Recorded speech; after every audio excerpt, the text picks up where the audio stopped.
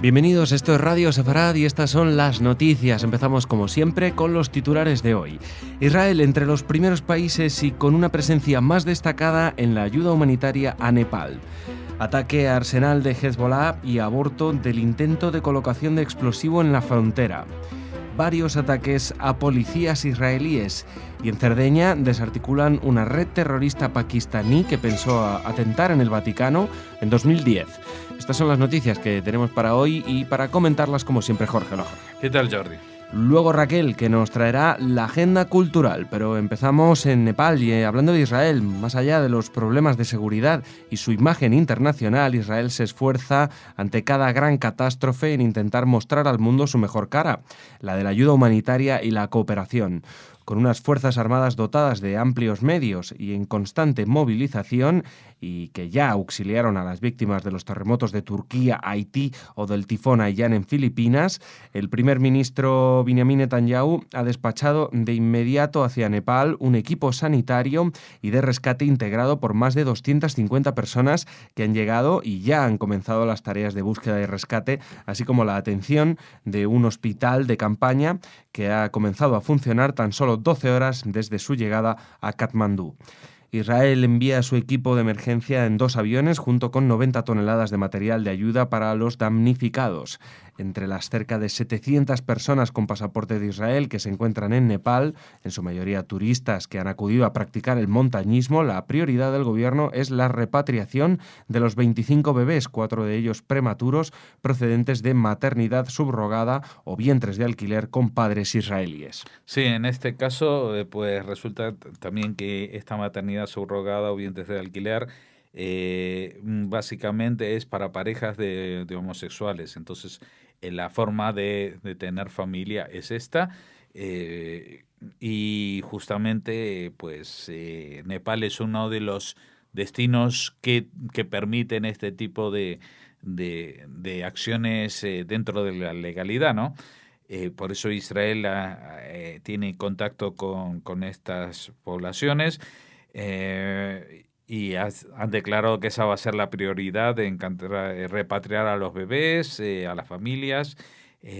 Lo que no está muy claro es qué va a pasar con las madres naturales de estos bebés, porque también se encontrarán en una situación muy delicada, me imagino, ya que todo el país ha quedado muy tocado con esto, pero Israel no hay una cuestión legal para traer personas de otros países en estas condiciones. Así que bueno, si reciben una invitación de los padres que han subrogado a los niños, pues puede ser de que sea más fácil de que también no solamente vengan estos niños, sino también sus madres.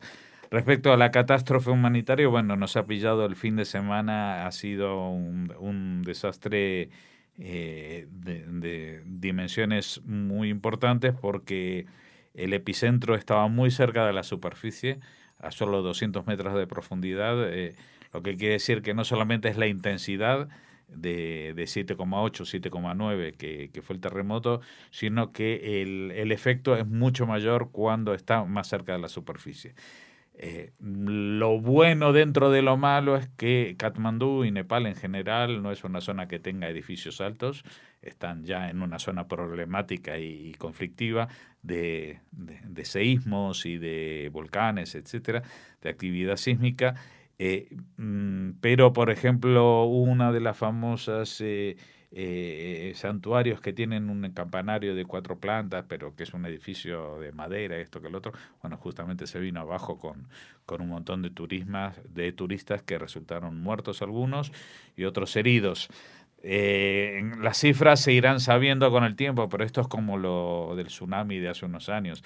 Las cifras al principio eran de cientos, ahora ya son de miles y seguramente la cifra real será superior a la decena de miles, porque estamos hablando de un país que no tiene una tecnología tan avanzada para tener detectados exactamente dónde se encuentra cada uno de sus habitantes y aldeas, etcétera. Y todos los países están al rescate porque Nepal, aparte, es una potencia en el sentido turístico, porque allí se encuentra el Everest, el pico más alto de todo el mundo, y acuden allí los alpinistas y montañeros, porque a pesar de que es la montaña más alta del mundo, su ascensión no es tan difícil. Hay una cara, la cara sur, que es muy sencilla, y justamente en el campamento base de la cara sur es donde pueden haber más muertos entre los montañistas, porque han habido aludes y desprendimientos que han acabado con muchas de las tiendas de campaña que estaban allí establecidas. Lo que sí, otra vez a destacar, y esto hay que destacarlo porque no es que, bueno, Israel ayuda, no, todo el mundo va a ayudar, pero no es lo mismo ayudar mañana o pasado. No es lo mismo ayudar pasado. Para este tipo de catástrofes humanitarias es tremendamente fundamental la velocidad con que reaccionas y puedes llegar al sitio con los elementos. Israel, afortunadamente, está preparada para situaciones de emergencia y esta es la demostración. En menos de 24 horas tenían ya 2 aviones con 250 personas, que no son 250 voluntarios, sino 250 especialistas en rescate, en situaciones,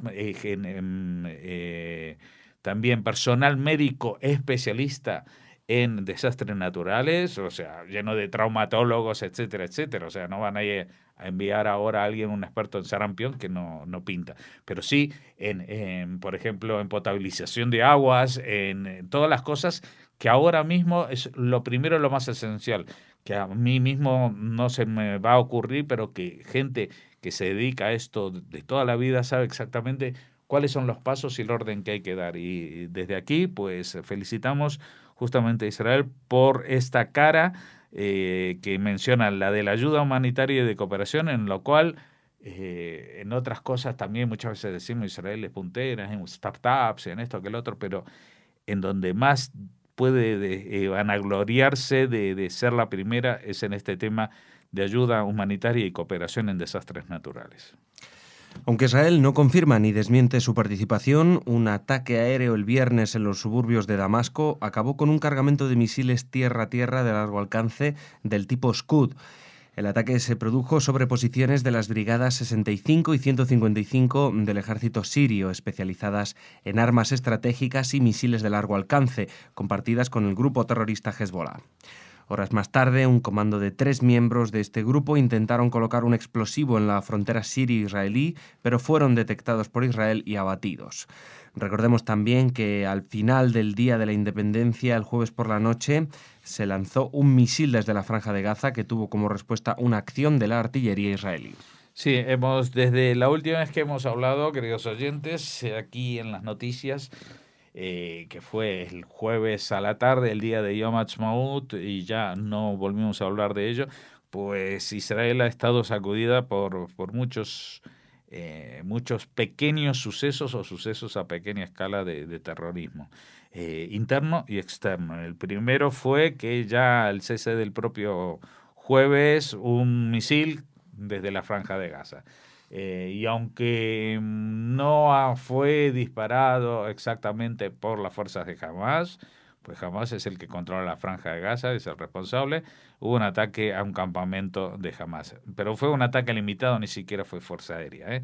Fue desde la artillería, desde terreno israelí, simplemente bombardeando las posiciones de ese campamento del ejército que Hamas tiene allí, y también con la idea de no escalar el tema de la violencia y el enfrentamiento, que mucha gente espera que vaya por ahí las cosas. Sin embargo, hay indicios, Jordi, hay indicios que la gente de Hamas está teniendo conversaciones muy indirectas con los israelíes a espaldas de Mahmoud Abbas, porque parece que están viendo de que a veces el peor de los enemigos es menos malo que los amigos.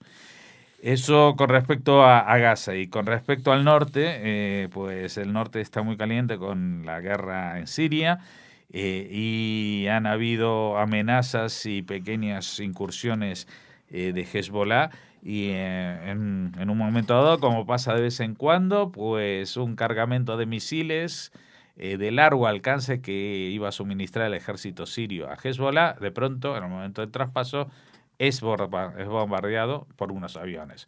Bueno, las fuentes árabes hablan de aviación israelí. Como siempre, los israelíes ni confirman ni desmienten, con lo cual, pues, es de pensar que sí fueron los israelíes. eh, mm, y a las pocas horas, pues, Hezbollah intenta vengarse y manda un comando a infiltrarse en la frontera sirio-israelí para colocar algunos explosivos para que cuando pasen los blindados israelíes exploten, pero por suerte los soldados estaban bien alertas, los descubrieron y los eliminaron. Y seguimos. Fuerzas de seguridad israelí detuvieron a un palestino domiciliado en el campo de refugiados de Suafat, limítrofe con la ciudad de Jerusalén, bajo la sospecha de que arrolló deliberadamente con su vehículo a 4 agentes de la policía en el área del Monte de los Olivos de la capital. Los 4 agentes de policía resultaron heridos, aunque lograron abrir fuego contra el vehículo, que huyó a toda velocidad del lugar. En otro incidente el fin de semana, un joven palestino intentó apuñalar a un agente de policía en un barrio de Jerusalén Oriental y fue muerto. Sí, este último suceso, la verdad que es bastante trágico, pues es un chico de 16 años que venía corriendo con un cuchillo en la mano y le estaban dando voces que se pare, porque si no iban a disparar, para, y el chico no paró, y al final dispararon y lo mataron.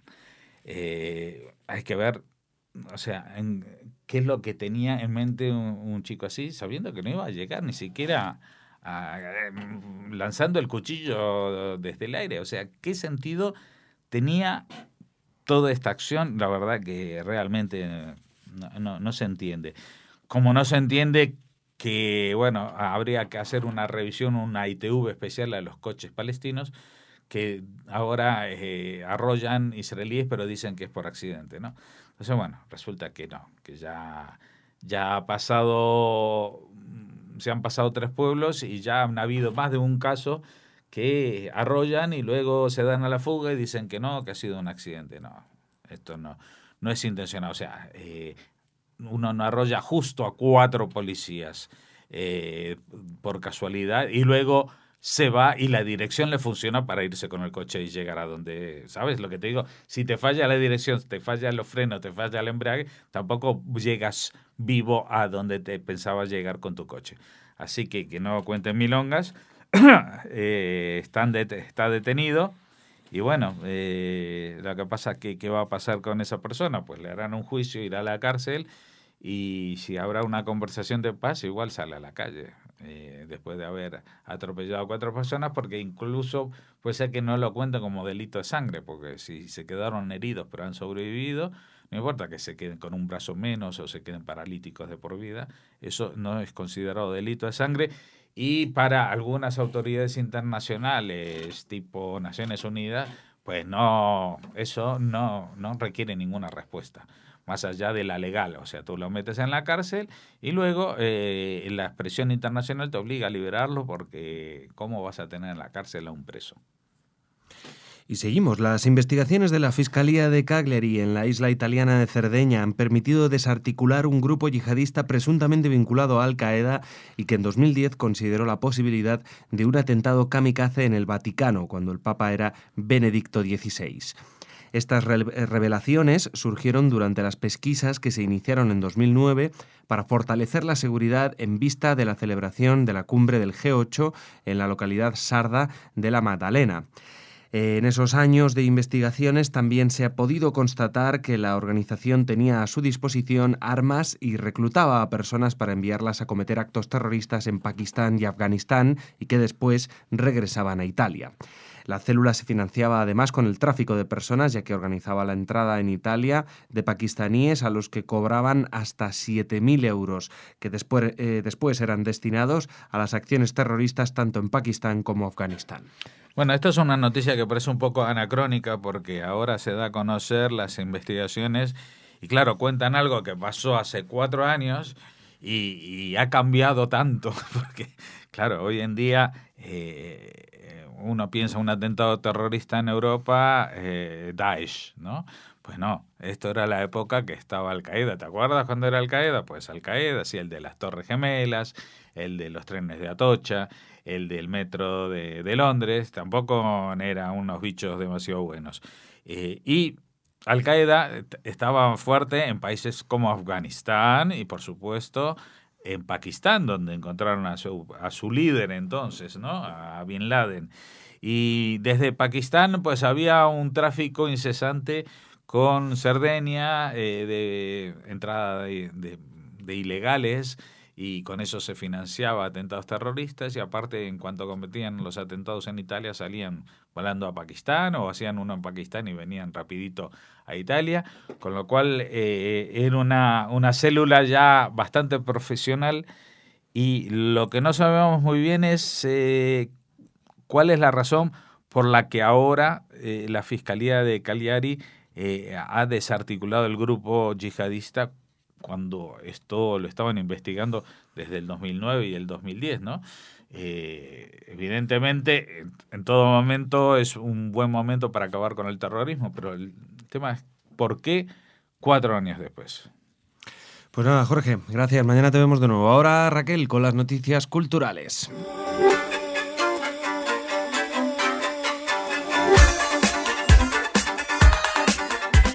Ha llegado la hora de hablar de cultura con Raquel. Hola, Raquel. Hola, Jordi. ¿Qué tal? ¿Cómo estás? Bien, vamos a hablar de reyes. ¿De redes? De reyes. Ah, de reyes. Sí. ¿Y eso? A ver, Pues cuéntame. mira, vamos a hablar primero del rey de España, Felipe VI, que ha recibido al gran rabino sefardí para tratar las prioridades de la cumbre de Ávila, y también vamos a comentarles acerca de la visita que ya les adelantábamos en Radio Sefarad de Agai Levi, que es el rey de las series de televisión, es el autor sí, de sí. es el cerebro detrás de Reyes, como de series, perdonen, como En Terapia o The Affair, que bueno, que se ha alzado con muchos de los Globos de Oro de la pasada edición de estos importantísimos premios, los más importantes del mundo de la televisión.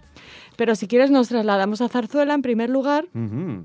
Para hablarles de esa visita del gran rabino sefardí de Jerusalén, Shlomo Moshe Amar, que ha tenido ocasión de analizar junto a Felipe VI algunos de los temas fundamentales que se van a tratar estos días acerca de las comunidades sefardíes en la, ya saben, tercera cumbre global de la plataforma Herencia, que comienza en Ávila, que se va a desarrollar, como les hemos contado en innumerables ocasiones ya aquí en la radio, en Toledo y en Madrid, y que finalizará con una visita a Castrillo Mota de Judíos, Jordi, ese pueblo que reivindica su pasado judío y que se ha deshecho de ese nombre tan horrible que tenía, que era, ya saben, Castrillo Mata Judíos. Así que don Felipe ha saludado a Moshe Amar con el tradicional Shalom. En hebreo ya se conocía, no es que se conocieran, sino que el rabino ya había estado en contacto con la monarquía española porque había sido recibido por el padre de Felipe VI, Juan Carlos I, en otras ocasiones. Ha sido un encuentro muy cordial al que también ha asistido el director de Relaciones Internacionales del Gran Rabinato Sefardí, Samuel Cohen. Ya saben que Herencia acoge a partir de este lunes, en el que todavía les estamos hablando, esta primera cumbre que es de la plataforma Sefarad, que es en Herencia, que se celebra en Sefarad y que reúne a más de 70 personas procedentes de 23 países en representación de los 3 millones de sefardíes actualmente repartidos por el mundo. 40 comunidades sefardíes forman ya de la plataforma Herencia, a la que se han unido en esta ocasión los grupos del Cairo, Lima, Panamá, Porto Alegre, Seattle y Sydney. Hemos hablado, como ya saben, de esta cumbre, lo seguiremos haciendo aquí en Radio Sefarad. Es un retorno a Sefarad muy emotivo y en breve les ofreceremos entrevistas con todos los participantes que nos sea posible. ¿Algún dato más sobre el gran rabino sefardí? Shlomo Moshe Amar nació en Casablanca en 1948 y, como les comentábamos al principio, ya había sido recibido por el rey Juan Carlos en la Zarzuela en junio de 2013, después de inaugurar en Murcia unas jornadas sobre la cultura israelí. Y 2 años antes había acudido a Granada en la primera visita de un líder de los descendientes de los expulsados de 1492 por los antepasados de los reyes actuales, por los reyes católicos. Así que bienvenido el gran rabino sefardí y bienvenidos todos todos los participantes de la cumbre Herencia, con los que, ya les decimos, hablaremos aquí en Radio Sefarad. Pues nada, Raquel, me imagino que habrán hablado también de esa nacionalidad sefardí. Seguro. Bueno, aun siendo el rey de España una figura más testimonial que real en el tema de la legislación, pero también tiene un peso específico y no olvidemos que es el jefe de Estado. De todas maneras, Raquel, no te olvides de que los reyes católicos no son antepasados de la actual monarquía española. Ah, bueno, que estos son que borbones, es verdad. Los Austrias, a partir de Carlos III, sin descendencia. Es verdad que fallo máster. termina Bueno, ahí son antecesores en el cargo. Eso sí, antecesores en el cargo. Eso sí. Seguro que hay lazos familiares que les unen de todas formas. Puede ser. Pero bueno, pasemos a hablar de ese Venga, otro de otro rey. en este caso de los medios de comunicación. De un rey ¿no? israelí. Bueno, Bueno, también comentar, Jordi, que el rey de España es el rey de Jerusalén. Entre ¿sí? los títulos nobiliarios que ostenta, No en me este digas. caso, Felipe VI, está el de ser el rey de Jerusalén. No sabía yo eso, fíjate. Bueno, pues mira, Sí. qué curioso. Pues el rey de la televisión israelí, y podemos decir que el rey de la televisión mundial, si hablamos de series de ficción, es Hagai Levi. Ya les comentamos que visitaba Madrid para ofrecer una masterclass y bueno, se ha tenido oportunidad de hablar con él y hemos extraído algunas de sus opiniones de las diferentes entrevistas que ha concedido. Por ejemplo, dice: la televisión comercial te da la receta perfecta para fracasar. Este es uno de los titulares que aparecen, por ejemplo, en el diario El País, en una entrevista en el que este cerebro de la ficción asegura que los canales por cable dan la libertad necesaria para que un producto tenga calidad. Nuestro comentario de siempre, Jordi, que en televisión se están haciendo cosas quizá más interesantes que la propia industria cinematográfica en muchos casos. Y en este momento, Levi es uno de los gurús de este movimiento que aporta calidad a las series televisivas. Fue el co-creador de En Terapia, que ya saben que nació en Israel, y también de Afer, la ficción que se ha alzado con la mayoría de los Globos de Oro y que, su autor se explica su éxito porque dice que lo que diferencia a esta serie de las demás es que no se trata de grandes intrigas ni mentiras. Es algo que le puede pasar a cualquiera. Gente que no es mala, pero que a la que le suceden cosas que les sobrepasan. Reconoce tener una especie de obsesión por los problemas morales y que le gusta la idea de poner a personas corrientes frente a un psicólogo para contar sus miserias desde la verdad, en el caso de En Terapia, y también desde esa verdad decidió contar después la historia de una infidelidad desde dos puntos de vista, como hace en The Affair. Una serie de la que muy pronto hablaremos aquí en Radio Sefarad en un nuevo programa. No les puedo decir todavía el título, ni... Porque no tiene todavía, pero estamos, como diría esa gran frase, ese clásico, estamos trabajando en ello. Y muy pronto les podremos ofrecer un nuevo programa que va a vincular lo cinematográfico con lo televisivo,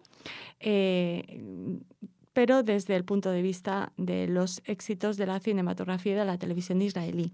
Así que estén atentos. Ha sido una sorpresa y un placer poder contar con Hagai Levi aquí en España y bueno, nos comenta que la segunda temporada de Affair va a ser todavía más oscura, así que estaremos atentos a las pantallas para ver esta segunda temporada y todas las creaciones que seguramente vendrán después. Bueno, pues nada, aquí vemos el gurú de la televisión, nos da buenos consejos en un momento, como decía Raquel, en el que parece que las series de televisión tienen más éxito que muchas producciones cinematográficas. Yo he de reconocer, Raquel, que a mí me ha pillado totalmente a contrapié el éxito de las series. No soy nada seriéfilo, supongo que porque no me ha tocado, porque en verdad siempre me ha gustado mucho la ficción y me hablan genial de todas, pero no he visto ninguna.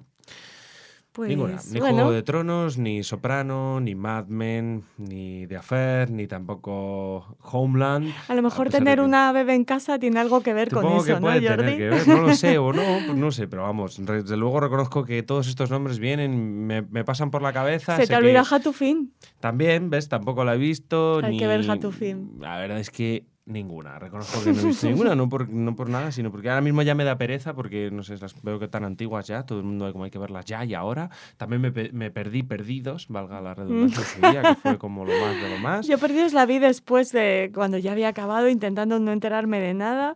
Pero Sí, bueno, ¿no? siempre, por eso siempre estás a tiempo de Siempre, recuperar las siempre, series. oye, o sea claro que sí, quiero decirte, muchas de mis películas favoritas, yo ni siquiera había nacido cuando se estrenaron, así que no creo que haya ningún problema en eso, ¿verdad? Exacto. De todas maneras, hacía 3 años que no iba al cine, Raquel, y la película que fuimos a ver fue Blade Runner.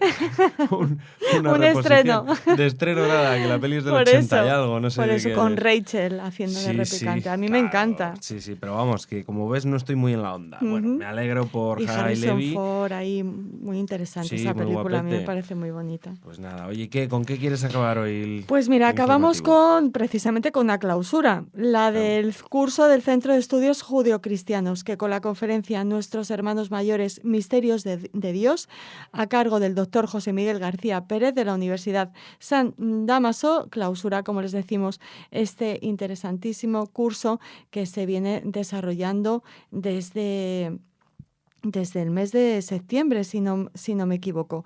Tendremos la oportunidad de hablar con los responsables del Centro de Estudios Judeocristianos para que valoren este curso que siempre nos interesa tanto aquí en Radio Sefarad, que les apreciamos de verdad. Y aprovecho, Jordi, para mandarle un saludo a Sol Lionel, que es el alma de este Centro de Estudios Judeocristianos, aunque ya no viva en Madrid. Bueno, pues un saludo para ellas y nada, el Centro de Estudios Judio-Cristianos que pone fin y por supuesto a ver si vienen a hacernos una valoración de su nuevo año escolar. Nada, Raquel, muchas gracias y nos vemos mañana. Hasta mañana. Hasta mañana.